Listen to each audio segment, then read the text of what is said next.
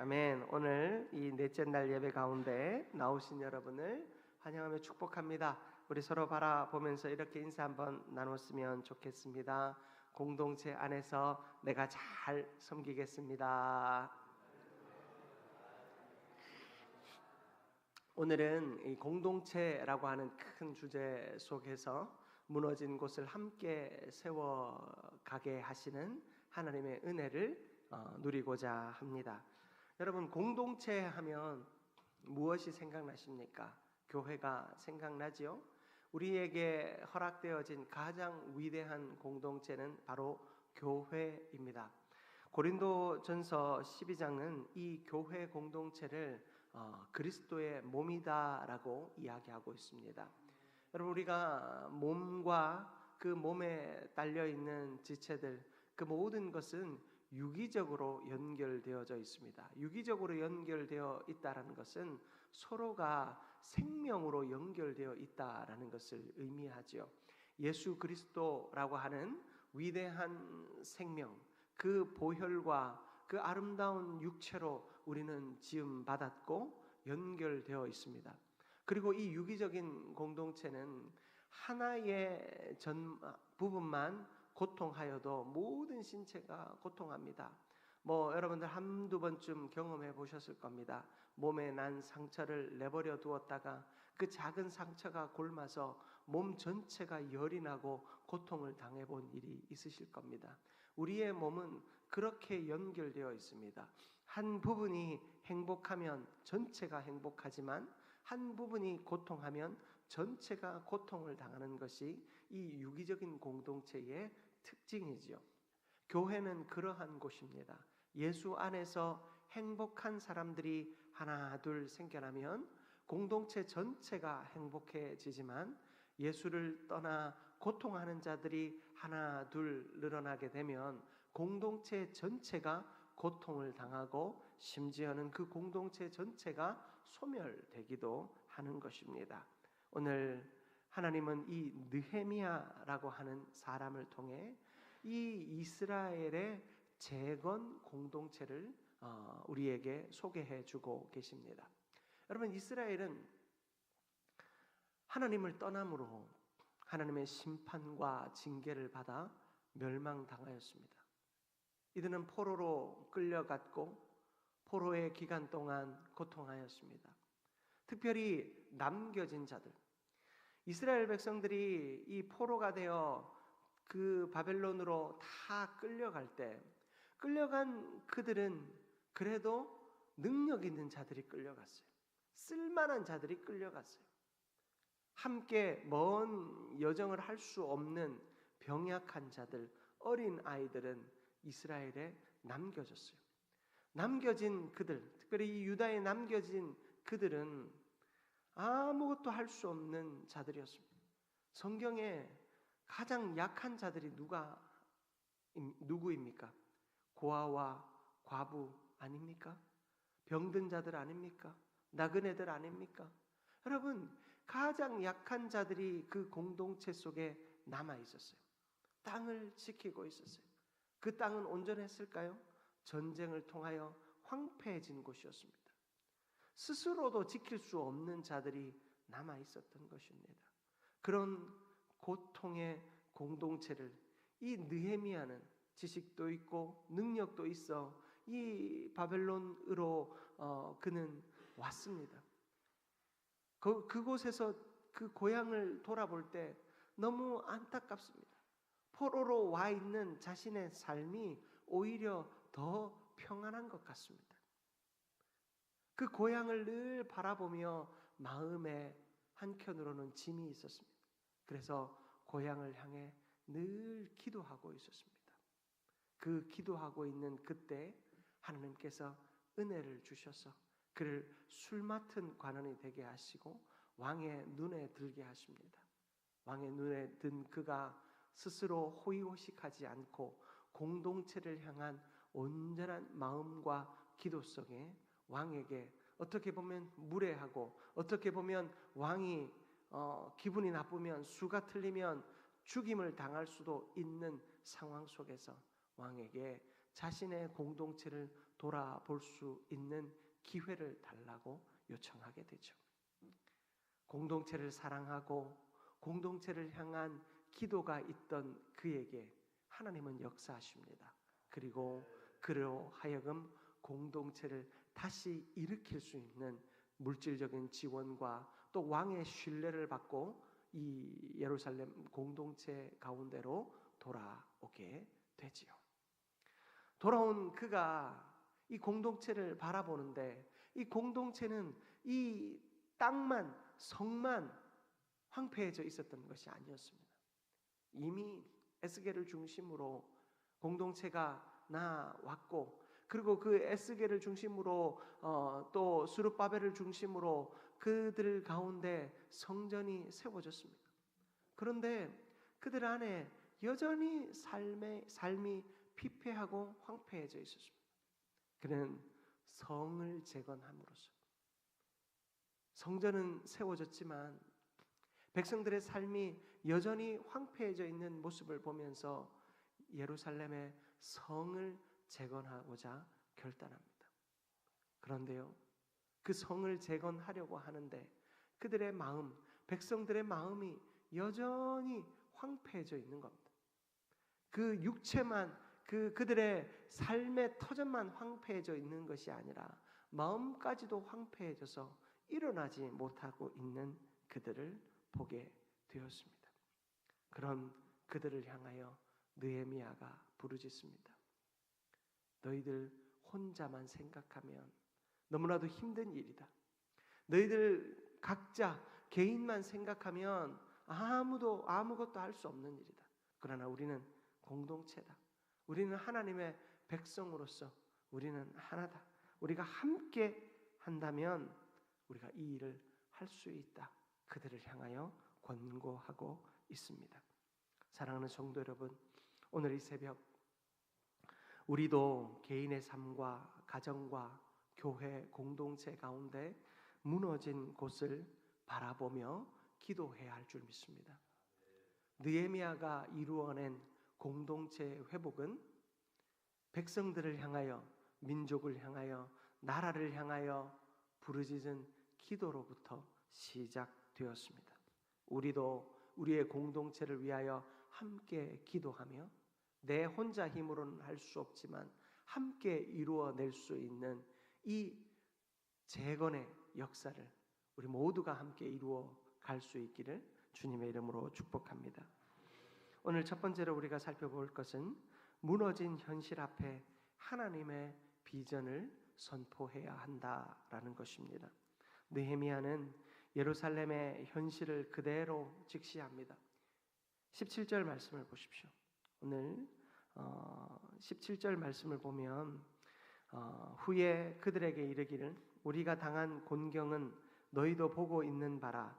예루살렘이 황폐하고 성문이 불탔으니 자 예루살렘 성을 건축하여 다시 수치를 당하지 말자 하고. 자 여러분, 예루살렘이 황폐하고 불에 탔다라는 이 사실을 우리가 함께 보고 있다. 우리가 이 사실을 직시하자, 이 현실을 직면하자라고 이야기하고 있습니다. 여러분, 회복의 시작은 직시하고 직면하는 데 있습니다. 괜찮아, 이 정도면 괜찮아. 여러분, 스스로를 위로하는 것은 아무런 도움이 되지 않습니다. 우리 공동체 가운데 무너진 것이 있다면 그 무너진 것을 직시하고 직면할 줄 알아야 합니다. 무너진 것이 나의 공동체구나. 지금 고통하고 있는 것이 나의 공동체구나. 지금 아파하고 있는 곳이 나의 공동체구나. 볼 줄 알아야 하는 것입니다. 외면하고 있으면 안 돼요. 외면하면 한 걸음도 우리는 나아갈 수 없습니다. 예루살렘이 황폐하고 성문이 불탔다.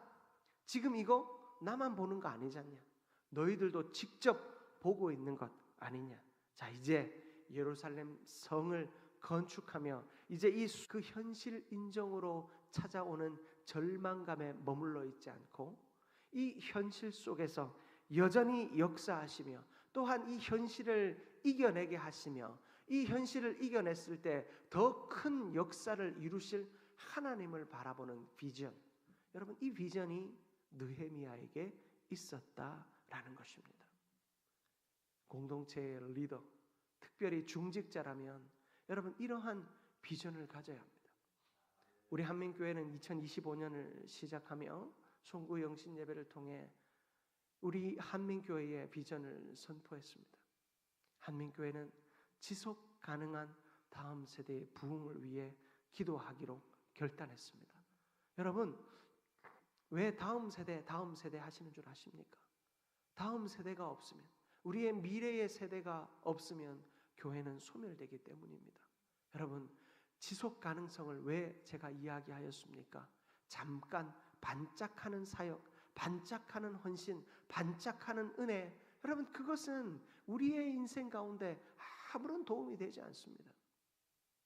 여러분, 반짝하는 것이 아니라 지속 가능한 은혜가 우리 가운데 주어져야 합니다. 그러므로 일시적인 감동을 위한 일을 하는 것이 아니라 우리의 은혜가 지속되어질 수 있도록, 우리의 다음 세대가 자손 만대에 이르기까지 다음 세대가 끊임없이 세워질 수 있도록, 그리고 그 세워진 다음 세대가 교회를 이끌어갈 뿐만 아니라 하나님의 나라를 세워가고 이 나라와 민족을 변화시키며 세계와 열방을 변화시킬 수 있도록, 여러분 그렇게 지속 가능한 하나님의 나라가 세워지는 일을 위하여 우리는 헌신하고 기뻐함으로 나아가야 합니다. 여러분, 그것을 위해서 우리는 비전을 선포했습니다. 중직자라면, 또 주의 일을 감당하는 교사라면, 헌신하는 자, 봉사하는 자라면 여러분 이 일을 위해 우리는 마음을 모아야 하는 것입니다. 이 일을 위해 우리에게 무너진 곳이 없는지, 우리가 지금 이 예배당을 새롭게 세웠습니다. 이 리모델링을 통하여서 무너지고 깨어지고 부서진 것들을 보수하고 낡은 것들을 새롭게 하는 일들을 하였습니다. 여러분, 이 모든 것이 지속 가능한 우리의 부흥과 지속 가능한 하나님의 나라의 사역을 위하여 우리가 한 일인 줄 믿습니다. 이 모든 것이 우리의 삶 속에서, 우리의 공동체 속에서 역사하시는 그 하나님을 바라보는 믿음 속에서, 그 하나님의 비전 안에서 이루어진 것이며 앞으로도 그렇게 이루어질 줄 믿습니다. 하나님이 주시는 사명은 언제나 회복과 연결되어 있습니다. 여러분 잘 아시는 에스겔 37절에 보면 에스겔이 마른 뼈들을 향해 생기를 대언하고 있는 장면이 나타나고 있습니다. 하나님께서 에스겔 선지자에게 너는 저 마른 뼈들을 향하여 생기를 대언하라, 이 말씀하고 계십니다. 여러분, 생기를 선포할 때, 하나님의 생기를 대언할 때 여러분 그 메마른 뼈들이 일어나고 살이 붙어 군대가 되었습니다. 메마른 뼈는 죽음을 상징합니다. 여러분, 뼈가 메말랐다는 것은 뼈의 양분이 다 빠져나갔다는 것입니다. 죽은 지가 오래되었다는 것입니다. 만지면, 움켜쥐면 으스러지는 것을 말하는 것입니다. 그 생명이라고는 하나도 남아있지 않는 메마른 뼈 가운데, 그 마른 뼈 가운데 하나님의 생기가 선포되어질 때 그들이 일어나 군대가 된 것처럼 우리 한민교회 공동체 가운데에도 하나님의 생기가 대언되어질 때, 하나님의 생기가 선포되어질 때 하나님의 군대로 거듭나게 될 줄 믿습니다. 여러분, 그러한 하나님의 놀라운 비전이 우리의 마음 깊은 곳에 새겨질 수 있기를 축복합니다. 예레미야 29장 11절에 보면 우리 함께 합독해 보도록 하겠습니다. 여호와의 말씀이니라, 너희를 향한 나의 생각을 내가 아나니 평안이요 재앙이 아니니라, 너희에게 미래와 희망을 주는 것이니라. 아멘. 여러분, 하나님의 비전은요 재앙이 아닙니다. 하나님의 비전은요 우리에게 평안을 주시는 것이요 우리에게 미래와 또한 희망을 주는 것입니다. 여러분, 하나님께서 우리에게 고통의 순간을 직면하게 하시고 연약한 순간을 직면하게 하실 때는 우리를 좌절하게 하기 위해 주신 것이 아닙니다. 우리 교회는 이런 부분도 고쳐져야 하고 우리는 교회는 이런 부분도 새로워져야 한다는 것이 자꾸 보여지면 괜히 여러분 우리가 위축되고 절망하게 하기 위해서 그것들을 말씀하시는 것이 아니라는 것입니다. 제가 여러분의 삶을, 여러분의 죄를 말씀으로 지적할 때 여러분 그 지적이 여러분을 창피하게 하고 부끄럽게 하고 여러분들의 자존심을 상하게 하기 위해서 선포하는 말씀이 아니라 하나님의 희망과 소망과 비전을 주시기 위하여서 여러분들의 마음 가운데 새로움을 주기 위하여 선포되어지는 말씀임을 기억하시기를 바랍니다. 하나님이 주시는 비전과 소망 앞에 믿음으로 달려가는 우리가 되어지기를 바랍니다. 가정이 깨어지고 교회의 헌신이 약해지고 사회가 방향을 잃고 있을 때 우리는 어떤 말을 합니까? 안 되겠어, 못 쓰겠어, 끝이야. 여러분 이런 말들 너무나도 우리가 쉽게 하지 않습니까? 청소년들이 뭔가 좀 잘 안 되면 망했어, 망했다 그런 말을 너무 잘 쓰더라고요. 여러분 우리가 그런 절망의 말을 왜 합니까? 망했다라는 말이, 끝이다라는 말이 우리에게 어떤 소망을 줄 수 있습니까? 여러분 망했다, 끝났다 이런 말은 우리에게 일말의 소망도 주지 못합니다. 하나님의 사람의 말은 달라야 합니다. 느헤미야의 고백처럼 우리가 다시 세울 수 있다. 우리가 다시 건축할 수 있다. 우리가 다시 수치를 당하지 말자. 우리가 다시 하나님의 비전을 이루어 보자. 여러분 하나님의 사람들은 이런 새로운 세움의 말을 해야 할 줄 믿습니다. 공동체는 하나님이 우리에게 공동체를 허락하신 이유는 무너진 곳을 다시 세우게 하심을 기억하시길 바랍니다. 오늘도 이러한 비전을 가지고 믿음으로 달려가는 우리 모두가 되기를 주님의 이름으로 축복합니다. 두 번째로 우리가 함께 살펴보고자 하는 것은 함께 세우게 하시는 하나님의 손을 의지해야 한다라는 것입니다. 함께 세우고자 하는 하나님의 능력의 손을 우리는 의지해야 합니다.